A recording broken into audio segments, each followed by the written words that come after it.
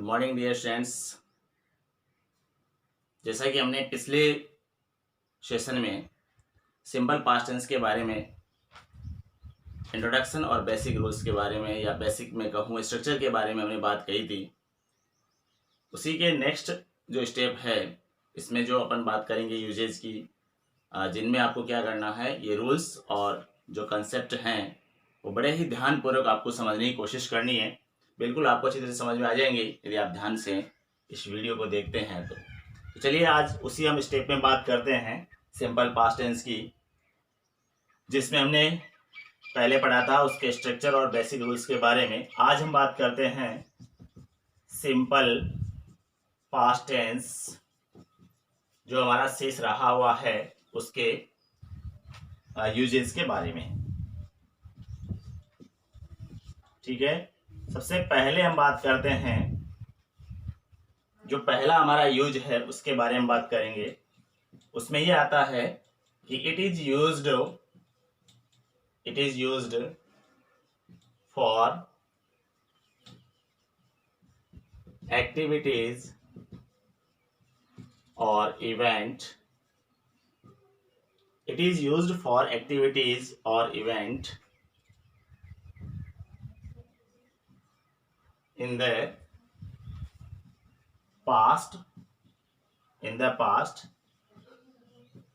but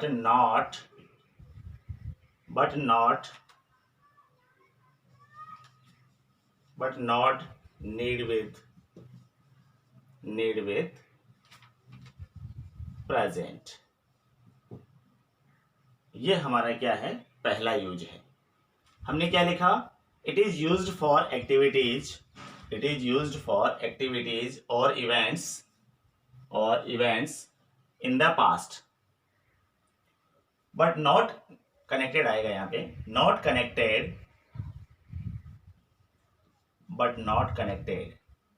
with present means क्या हुआ, यानी ये जो यूज है इसका उपयोग किया जाता है ऐसी गतिविधियों के लिए, ऐसी इवेंट्स के लिए, ऐसी घटनाओं के लिए, किसमें, इन द पास्ट, यानी पास्ट जो हमारा है उसकी बात है, यानी भूतकाल में ऐसी इवेंट्स और ऐसी एक्टिविटीज के लिए इस टेंस में ये यूज किया जाता है।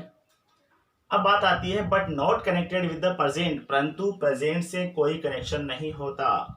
ठीक है, कोई संबंध नहीं होता है प्रेजेंट से। इसमें अपन बात करेंगे कुछ एडवर्ब्स की, यानी इसी यूज में हम बात करेंगे जो कुछ एडवर्ब्स हैं उनके बारे में जो सिंपल पास्ट टेंस में विशेषतया यूज की जाती है। ओके, चलिए इसमें आपको याद रखना होगा, एक नाम आता है यस्टरडे का। इसका नाम आता है यस्टरडे का नाम आता है जो बीता हुआ कल होता है। यस्टरडे मीन्स जो बीत गया वो कल उसकी बात है, तो पास्ट की बात होगी। इसी के अकॉर्डिंग हम जो नेक्स्ट बात है वो होती है लास्ट प्लस टाइम। तो लास्ट प्लस टाइम मीन्स क्या हो गया, लास्ट के साथ में हम लास्ट डे भी कह सकते हैं, लास्ट वीक भी कह सकते हैं, लास्ट ईयर भी कह सकते हैं। ठीक है, लास्ट नाइट भी होती है। तो लास्ट के साथ में जो समय आता है वो हमारा क्या होगा, सिंपल पास्ट टेंस की एडवर्ब कहलाएगी। ठीक है, ऐसे ही अगला जो पॉइंट है वो है अगो यानी पहले या पूर्व। तो पहले जो बात हुई, पूर्व में जो बात हुई, पूर्व का तो पहले, तो यहां पर अगो वर्ड का मतलब भी पास्ट है। ठीक है, ऐसे ही हम बात करते हैं नेक्स्ट इन 1947। तो 1947 क्या है, पास्ट का ईयर है। क्या है, पास्ट का ईयर है। ऐसे हम बात करें से इन 2013, तो क्या हो गया, पास्ट की ईयर हो गई। अभी जैसे चल रहा है 2020 चल रहा है, तो यहाँ 2013 लिखा हमने, तो इन 2013 मीन्स क्या हो गया, ये पास्ट की बात हो गई और इसीलिए हमारी क्या होगी, एडवर्ब हो जाती है। ठीक है, ऐसे ही हम कह सकते हैं इन माई बॉयहुड,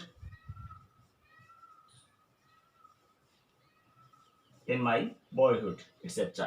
तो यहाँ मेरे बॉयहुड में, बॉयहुड का मतलब क्या होता है, जो चाइल्डहुड होता है उसके बाद में अपन बॉयहुड के नाम भी दे सकते हैं, बचपना कह सकते हैं, लड़कपन कह सकते हैं। तो जो एडल्ट होता है उससे पहले का समय, वो बॉयहुड में आएगा।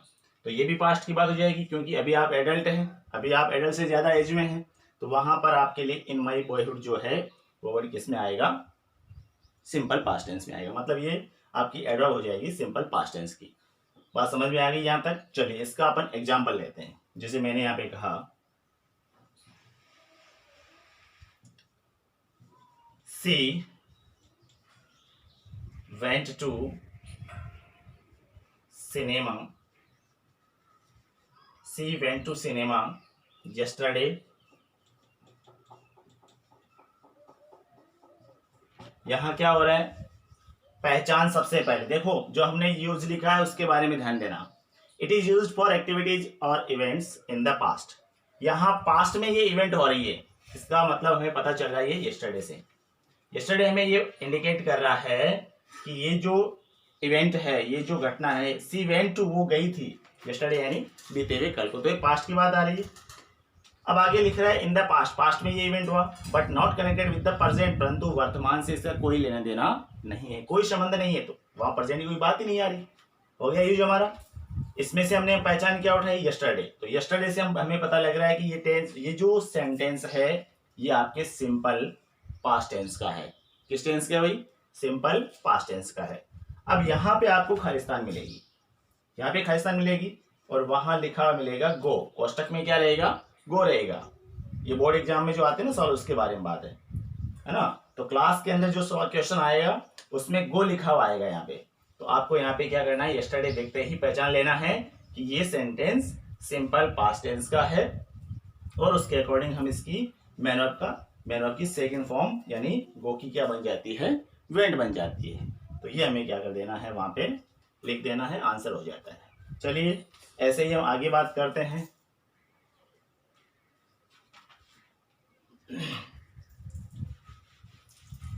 अगले यूज के बारे में बात करते हैं। एक आपने सिंपल प्रेजेंट टेंस में पढ़ा था हैबिचुअल एक्टिविटीज। तो हैबिचुअल एक्टिविटीज वो तो आपने प्रेजेंट की हैबिचुअल एक्टिविटीज के बारे में बात की थी। हम यहाँ पर बात करने जा रहे हैं कि आपकी पास्ट में जो एक्टिविटीज होती है, हैबिचुअल एक्टिविटीज, आप आदतन कोई कार्य करते हैं तो उसके लिए इसी टेंस का यूज किया जाता है। कैसे, सेकंड जो इसका यूज है उसके बारे में हम बात करेंगे। It is used for habitual activities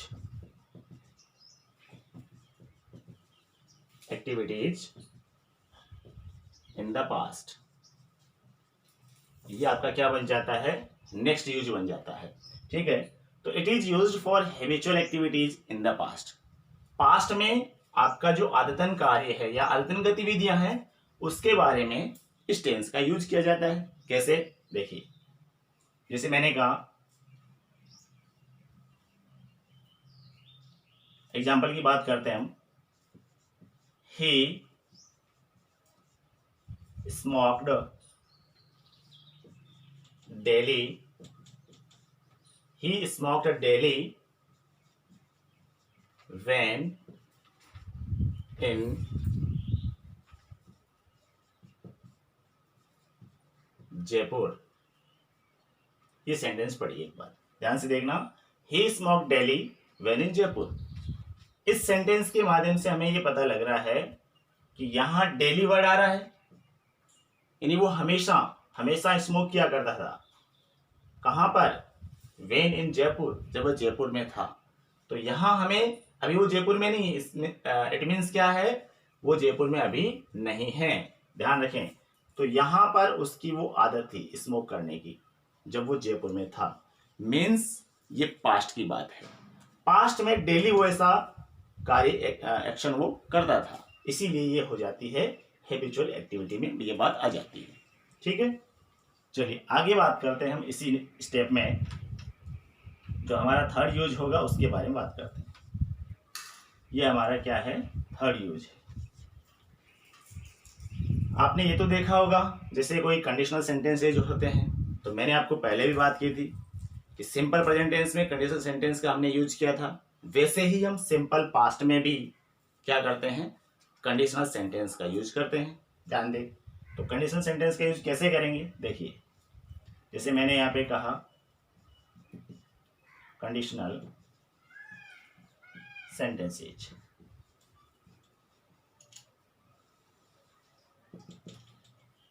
यहां पर क्या होता है, जैसे मैं आपको सेंटेंस बताता हूं पहले। If I were a bird, if I were a bird, I would fly in the sky। तो यहां पर आपको ये ध्यान देना है, देखिए कंडीशनल सेंटेंसेज जो सेंटेंस होते हैं उनमें यहां पर सेकंड जो हमारी कंडीशन है उसके बारे में हम बात कर रहे हैं। ठीक है, किसके बारे में बात कर रहे हैं हम सेकंड जो हमारी यहाँ पे कंडीशन लगती है उसके बारे में बात है। तो यहाँ डबल क्लोज का यूज हुआ है। एक क्लोज हमारा ये है, if I were a bird, ठीक है, ये हो गया। और दूसरा वाला क्या हो जाता है यहाँ पे, आई would fly in the sky. तो आपको देखो, मैं आपको एक बात बता देता हूं, वहां पर हमने क्या किया था, यहाँ मैन ऑफ की फर्स्ट फॉर्म का यूज किया था। जो सिंपल प्रेजेंट टेंस में हमने बात सीखी थी वो एमी फर्स्ट फॉर्म का यूज था यहाँ पे, यानी सिंपल प्रेजेंट टेंस का यूज था। तो यहाँ पर विल सेल प्लस वर्ब की फर्स्ट फॉर्म थी, लेकिन यहाँ पर ऐसा नहीं है। यहाँ देखो, जब एक क्लॉज में आपके वुड प्लस वर्ब की फर्स्ट फॉर्म, यानी मॉडल है ये, वुड भी आ सकता है, यहाँ कुड भी आ सकता है, और यहाँ माइट भी आ सकता है। ठीक है, और इनके साथ में यदि एम भी फर्स्ट फॉर्म आ जाती है, मीन्स ये मॉडल का पास्ट है। भाई ध्यान देना, यहाँ पे जो मॉडल होते हैं, जैसे वुड किसका बनेगा, विल का बनेगा, किसका बनेगा, विल का बनेगा। ठीक है, कुड किसका बनेगा, कैन का बनेगा, और माइट किसका बनेगा, मे का बनेगा।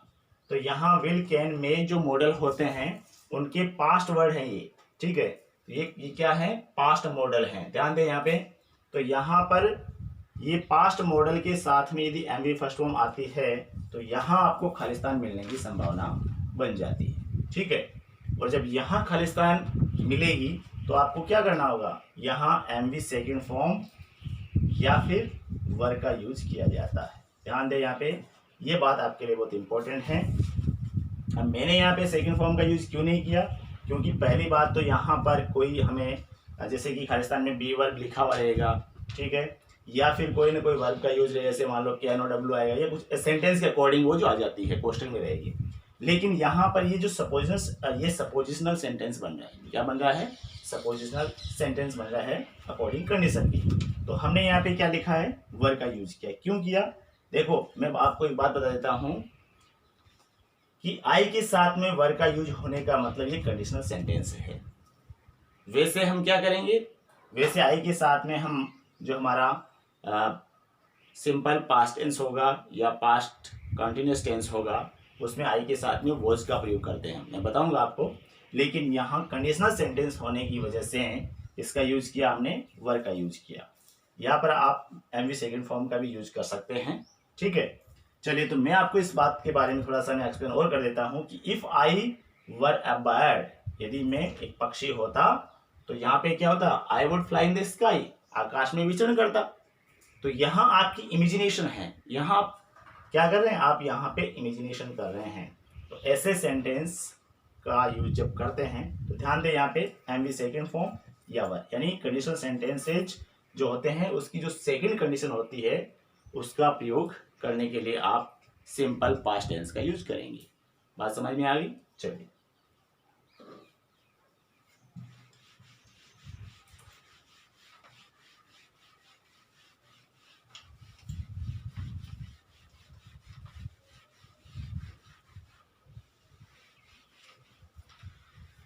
इसके अलावा और भी कुछ ऐसे फ्रेजेज हैं जिनका यूज सिंपल पास्ट टेंस में किया जाता है।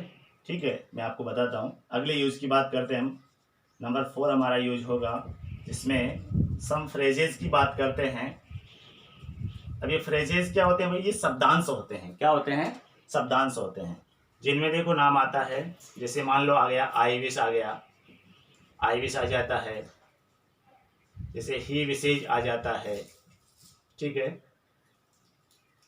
जैसे इट इज टाइम आ जाता है, इट इज टाइम आ जाता है।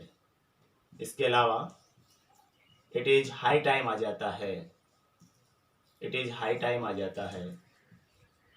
इट इज अबाउट टाइम आ जाता है, इट इज अबाउट टाइम आता है। या फिर ऐसे कर सकते हैं कि आई अपॉस्ट्रोफी डी,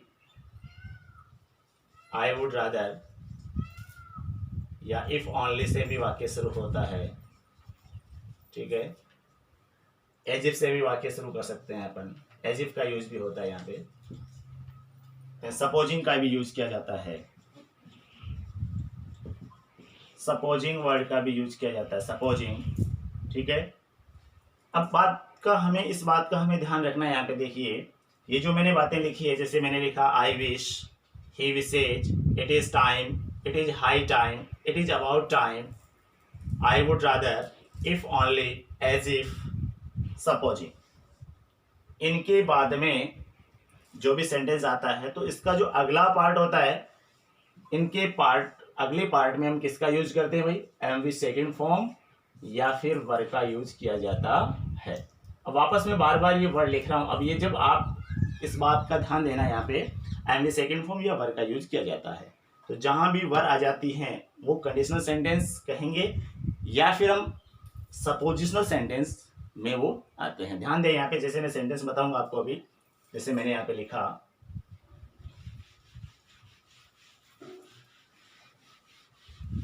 फ्रेजेस का मैंने आपको क्या बताया? फ्रेजेस मीन्स होता है शब्दांश, शब्दों का समूह होता है, वो फ्रेजेज होती है। जैसे अपन यहाँ पे ऐसे कह सकते हैं कि आई विश, एग्जाम्पल है ये, आई विश ही वर हियर। ध्यान दे यहाँ पे, आई विश, तो देखो ये विश है ना, इसका मतलब ये यहाँ तक हमारी क्या बात बन रही है? प्रेजेंट की बात बन रही है। इसको सोच करके बच्चे क्या करते हैं, यहाँ पे गलती कर देते हैं और यहाँ भी प्रेजेंट मान लेते हैं। ऐसा नहीं करना होता है। यहाँ भले ही ये आई विश है, ये एक फ्रेज है ये, ठीक है, और ये फिक्स नियम बना हुआ है, उसके अकॉर्डिंग यहाँ पे हमने वर्ग का यूज किया, हमने वर्ड्स का प्रयोग तो नहीं किया। क्यों नहीं किया? हमें यहाँ पे वर्ड्स का प्रयोग नहीं करना है। क्यों नहीं करना है? क्योंकि ये सपोजिशनल सेंटेंस है, इसलिए वर्ग यहाँ पे सही रहेगा। भले ही के साथ में हो जाता है, किसमें? टेंस में, लेकिन सपोजिशनल सेंटेंस में आप वर्ग का यूज ही करेंगे, चाहे ही हो, चाहे सी हो, चाहे आई हो, अन्य कोई भी आपका सब्जेक्ट हो। सपोजिशनल सेंटेंस में यदि बी फॉर्म का यूज करना होता है, उस समय आपको केवल और केवल वर्ग का यूज करना होता है। ओके, चलिए ऐसे हम बात करते हैं। जैसे कि मैंने यहाँ पे कहा, अगला सेंटेंस लेते हैं इसी का, it is time, it is time he blank, यहां कोष्टक में लिखते हैं start. It is time he blank start his work. तो यहां देखिए, अब उसने क्या किया, ये इसी में भी वही इमेजिनेशन ही आ रही है, वही सपोजिशनल सेंटेंस बन रहा है। कैसे? इट इज टाइम, यहाँ भी देखो प्रेजेंट का मैटर है, ध्यान रखें इस बात का विशेष, क्योंकि आपको इसको देख करके यहाँ पे ऐसे नहीं कि अपन प्रेजेंट टेंस का यूज करते, नहीं, हमें यहाँ पे फिक्स ध्यान में रखना है। ये सब बातें हमें याद करनी होगी। हमें याद करना होगा कि I wish, he wish, he wishes, है ना, as if, it is time, it is high time, it is about time, supposing, इन सभी के साथ में बाकी जो अन्य आपकी ये फ्रेजेज हैं, उनके साथ में हमें एमवी सेकंड फॉर्म या फिर हमें WERE मीन्स वर्ग का यूज कर देना होता है। ध्यान रखें यहाँ पे, तो हम यहाँ पे सेकंड फॉर्म का यूज कर देते हैं। तो स्टार्ट की सेकंड फॉर्म क्या बनती है? स्टार्टेड बन जाती है। ये आपका सही उत्तर हो जाता है, ठीक है। तो यहाँ पे क्या बना? It is time he started, ये हमारा आंसर हो जाता है सेकंड फॉर्म, यानी एमवी सेकंड फॉर्म का यूज हमने यहाँ पे कर दिया। तो हमने अभी बात की थी कि एक तो हमने एडवर्ब्स के बारे में बात की, इसके बाद में हमारी जो हैबिचुअल एक्टिविटीज़ थी उसके बारे में हमने बात की कि सिंपल पास्ट टेंस का यूज होता है। इसके अलावा हमने ये सीखा कि इसमें आपके तीसरी बात जो हमने की थी वो की थी कंडीशनल सेंटेंस के बारे में। और चौथा हमने ये सीखा कि इसमें जो कुछ ऐसी फ्रेजेज होती हैं जिनका यूज सिंपल पास्ट टेंस में करते हैं तो उसके आगे वाले पार्ट में एम वी सेकेंड फॉर्म या फिर वर का यूज किया जाता है। चलिए एक बात और इसमें रह जाती है, उसके बारे में बात करते हैं। हम यूज नंबर 5 की बात करते हैं। देखिए सिंस का यूज किया हुआ जब आपको मिलता है ना, सिंस का यूज किया हुआ जब आपको मिलता है तो मैं आपको एक सेंटेंस बताता हूं, उसके बारे में बात करेंगे। सेंटेंस देख करके फिर अपन चर्चा करते हैं इस बात पे। जैसे मैंने यहाँ पे लिखा he has return, he has returned, he has returned since he has not returned, sorry मैं यहाँ पे नोट का यूज कर रहा हूँ। he has not returned since he went to Jaipur. ध्यान दे यहाँ पे हमारा सेंटेंस क्या है, ध्यान से पढ़ना है इसको। he has not returned since he went to Jaipur. देखिए हमने यहाँ पे क्या लिखा, प्रेजेंट परफेक्ट टेंस का यूज किया। हमने यहाँ पे क्या यूज किया, सिंपल पास्ट टेंस का यूज किया। कैसे, एक बात का हमेशा यहाँ ध्यान रखना है कि जब भी सिंस आ जाए और सिंस के साथ में यदि सेकेंड फॉर्म का आपने यहाँ यूज कर दिया तो इधर आपको इस क्लॉज में आपको क्या करना है, प्रेजेंट परफेक्ट टेंस का यूज करना है। मीन्स हैज, हैव या आपको एम वी थर्ड फॉर्म का यूज करना है। ये बात आप ध्यान में रखेंगे एक बात। और यदि आपको ब्लैंक यहां मिल जाती है, खालिस्तान यहां मिल जाती है, तो यदि यहां पर प्रेजेंट परफेक्ट टेंस का यूज किया हुआ मिल जाता है तो आपको यहां एम वी सेकेंड फॉर्म का यूज करना होता है। तो ध्यान दें, सिंस के साथ में यदि एम वी सेकेंड फॉर्म का यूज किया हुआ मिल गया तो इधर आपको क्या करना होगा, प्रेजेंट परफेक्ट टेंस का यूज करना होगा। और यदि आपके इधर सेंटेंस में लिखा हुआ है और सिंस के बाद वाली जगह यदि ब्लैंक आपको खालिस्तान मिल जाती है तो आपको एम वी सेकेंड फॉर्म का यूज करना होता है। चलिए, तो हमने यहां तक पढ़ा सिंपल पास्ट टेंस के बारे में। आई होप ये सेशन, ये क्लास जो मैंने आपको बताई है इसके बारे में आप अच्छी तरह से जान गए होंगे। तो मैं ऐसी आशा करता हूं कि आपको ये वीडियो पसंद आया होगा। इसलिए आप क्या करें, यदि आपको ये वीडियो पसंद आता है तो आप मेरे चैनल को सब्सक्राइब करें, इसे लाइक करें और इसे अपने पढ़ने वाले दोस्तों के साथ में शेयर करना ना भूलें। थैंक्स।